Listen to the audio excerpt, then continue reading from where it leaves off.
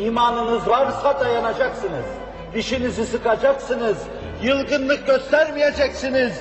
Bu dünya dayanma dünyasıdır. Darılma dünyası değildir diyeceksiniz.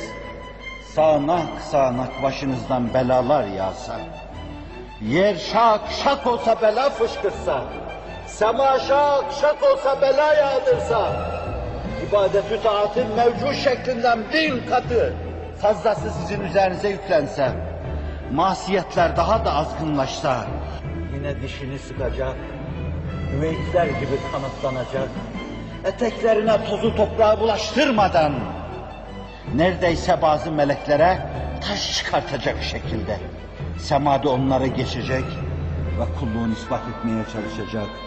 Zira önümüzdeki yığın vazifeler böyle olmayı bekliyor, böyle olmayı iktiza ediyor. İslam bir kerenin dışında ikinci bir Rönesans görmedi. Onu inanmış insanlar, kafaları ilimle donatılmış, kalpleri imanla donatılmış, ulûm-i İslamiye ile mamur, fünun-u medeniye dediğimiz kafası fenni şeylerle mamur kimseler bu ikinci Rönesans'ı tahakkuk ettireceklerdir. Bunlar sizi bekliyor, bunlar güç istiyor, bunlar güçlü insanlar istiyor.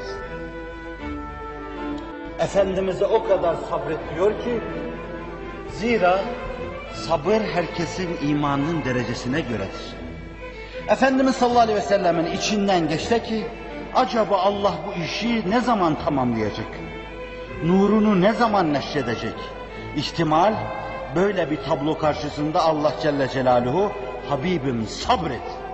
Sabret, Allah seninle beraberdir. Ve yerinde dişinizi sıkmanız, dayanmanız sizi maiyeti ilahiyeye ulaştırır. Ona innallâhe ma'as-sabirin. Allah sabredenlerle beraberdir. Sizi Allah yedeğine alır, beraber gezdirir, beraber dolaştırır. Allah onu zayi etmediği gibi sizi de zayi etmez. İster gökler bela yağdırsın, ister yer bela fışkırsın, ister ibadetler 10 katı sizin üzerinize çullansın, ister dağ masiyetler karşınıza yığılsın, ister dünya bütün debdebe ve cazibesiyle karşınıza dikilsin, isterse çalışın fakat bir türlü neticeye gidemiyor olduğunuzu görün. Allah maiyeti sübhaniyesinde, yedeğinde sizi hep beraber alıp gezdirecek. Benzetmek olmasın, Refik ve Şefik bir annenin evlatlarının ellerinden bırakmadan en tehlikeli yerlerde dahi, en gezilmez yerlerde dahi onları maiyetlerinde ve himayelerinde arızasız, hiçbir zarara sokmadan gezdirdikleri gibi Allah Celle Celaluhu uğradığınız en tehlikeli noktalarda dahi size bir zarar dokundurmadan sizi himaye edecek ve hep yedeğinde sizi bulunduracaktır. Bağışlasın tabir caizse. İnna Allaha ma'as-sabirin.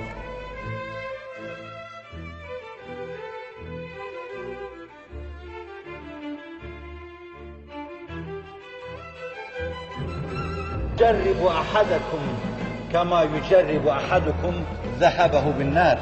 Herhangi biriniz potada altını ve gümüşü erittiğiniz ateşin üzerine koyduğunuz gibi Allah da Celle Celaluhu hamını hasından ayırmak için, kömürü elmastan ayırmak için, altını taştan topraktan ayırmak için sizleri böyle tekrar imtihan potalarından geçirecektir. Elif lam mim. Hasiben nas en yutreku en yekulu amennâ ve hum la yuftenûn. İnsanlar zannediyorlar mı? İman ettik demekle başıboş bırakılacaklar. Ahasiben nasu en yutreku en yekulu amennâ ve hum la yuftenûn. Ve fitneye, imtihana, belaya maruz kalmayacaklar. Ve sonra kasemle وَلَقَدْ فَتَنَّ الَّذ۪ينَ مِنْ قَبْلِهِمْ diyor Allah. Kasem olsun ki sizden evvelkileri de biz çeşit imtihanlara maruz bıraktık. اَمْ حَسِبْتُمْ اَنْ تَدْخُلُوا الْجَنَّةِ وَلَمَّا يَعْلَمِ اللّٰهُ الَّذ۪ينَ جَاهَدُوا مِنْكُمْ وَيَعْلَمَ الصَّابِرِينَ. Zannediyor musunuz hemen siz cennete gireceksiniz? Sabredenlerle etmeyenler, sabreden mücahitlerle mücahit olmayan ve sabretmeyenler birbirinden ayrılmadan, imtihana tabi tutularak ayrılmadan cennete gireceğinizi mi zannediyorsunuz diyor Allah Celle Celaluhu. Demek ki siz defaatla eleneceksiniz. Ehli dünya size musallat olacak, eleneceksiniz.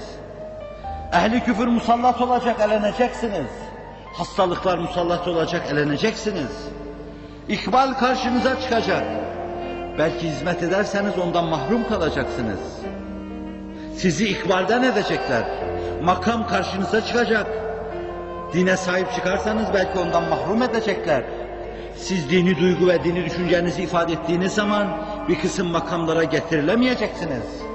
Ama her şeye rağmen Allah diyecek yolunuza devam edeceksiniz. Musibetler karşısında eğilmeyecek, serfiru etmeyeceksiniz. Biz musibete maruz kaldık deseniz bile sizden evvelkiler 1000 katına maruz kaldılar. Yine onu da Kur'an diyor. Em hasibtum en tedhulul cenne ve lemma ye'tikum meselul lezine halev min qablikum messethumul ba'sa'u ve'd-darra ve zulzilu hatta yekula'r rasul vellezine amenu ma'ah meta nasrullah. İşte orada ela inne nasrallahi qarib. Sarsılacak, ırgalanacak, yerinizden yurdunuzdan edilecek, belalarla iflahınız sökülecek. Fakat yılgınlık göstermeyeceksiniz. Her şey bitecek. Bir adım atacak takatınız, imkanınız kalmayacak. Şartlar aleyhinizde cereyan edecek.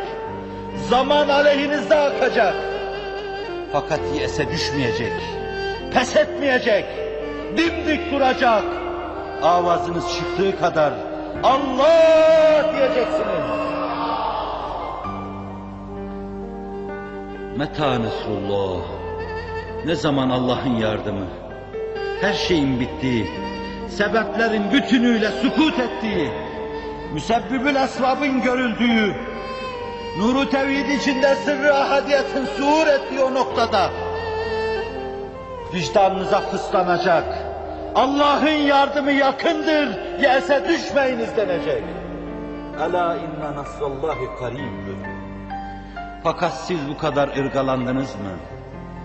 Bu kadar ateşler üzerinde gezdirildiniz mi? Bu kadar kafalarınıza ateşten taslar basıldı mı? Bu kadar canınıza tak dedi mi? Bu kadar hayattan bıktınız mı? Bu kadar usandınız mı? Nebiler gibi bu kadar sarsıldınız mı? Onlarla beraber olanlar gibi bu kadar ırgalandınız mı? İşte o zaman meta nasrullah iniltinize karşı, çığlığınıza karşı ela inne nasrallahi qarib. Unutmayın, çok iyi bilin, Allah'ın yardımı yakındır. Bir bahar bulutu gibi başınızın üzerinde dönüp duruyor. Liyakatlı gönülleri çok yakın zamanda o ihata edecek, şimdiye kadar ağlayanları güldürecektir. Güldür Allah'ım, ağlayanları güldür. Başımıza şu anda yağmur yağdırdığın gibi rahmetini yağdır Allah'ım. Yağdır Allah'ım. Belki o kerteye gelmedik ama, Meta Nasrullah kertesine gelmedik ama, biz kullarız, sen sultansın. Bize kusur yakışmıyor. Fakat sana sultanlık, ihsan sahibi olmak çok yakışıyor. Vallahi çok yakışıyor. Billahi çok yakışıyor. Tallahi çok yakışıyor. Bize müstahak olduğumuz şeyleri vererek bizi rüsva etme. Sen sana yakışan ihsan ederek, sana bir kere daha bu işler güzel yakışıyor dedik bize. Bekle görelim Mevla neyler. Neylerse güzel eyler. Vallahi güzel etmiş. Billahi güzel etmiş. Tallahi güzel etmiş. Allah görelim netmiş. Netmişse güzel etmiş. Ettiğini güzel etmiş. Edeceğini güzel edecektir. Sıkın dişinizi. Hele biraz daha dayanın. Görün ne baharlar ihsan edecektir. Ne bulutlar gönderecek. Ne çimenler yaratacak Allah Celle Celaluhu. İnayeti sizinle beraber olsun.